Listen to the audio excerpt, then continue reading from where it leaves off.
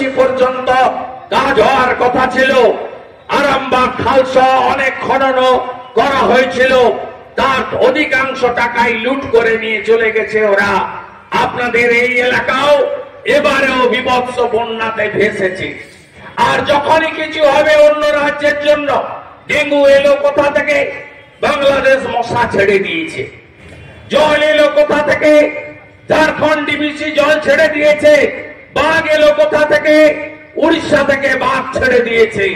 উনার কোনো দোষ নেই, উনি কিচ্ছু জানেন না। উনি হেলিকপ্টারে ঘুরতে জানেন আর এপাং ওপাং ঝপাং করতে জানেন, আর ওর লোকেরা মাল তুলতে জানে।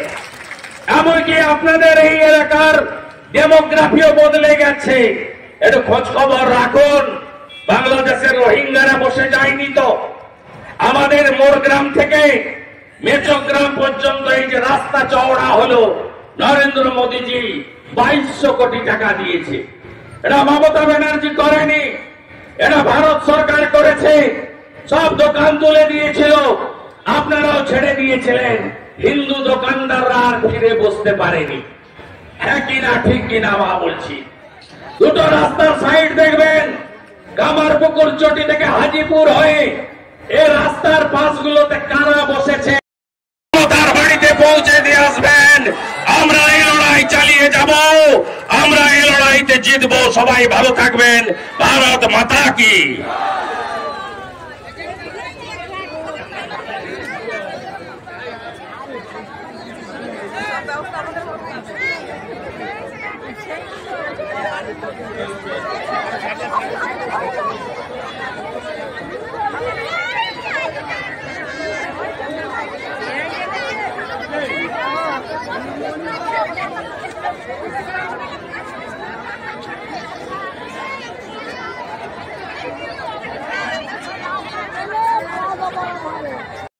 করে নিচ্ছে না তো। আর অন্যদিকে প্রধানমন্ত্রী ফসল বীমা যোজনা আপনারা বঞ্চিত 2019 সালের পর থেকে। পিএম ক্রপ ইন্স্যুরেন্স আপনারা পান না।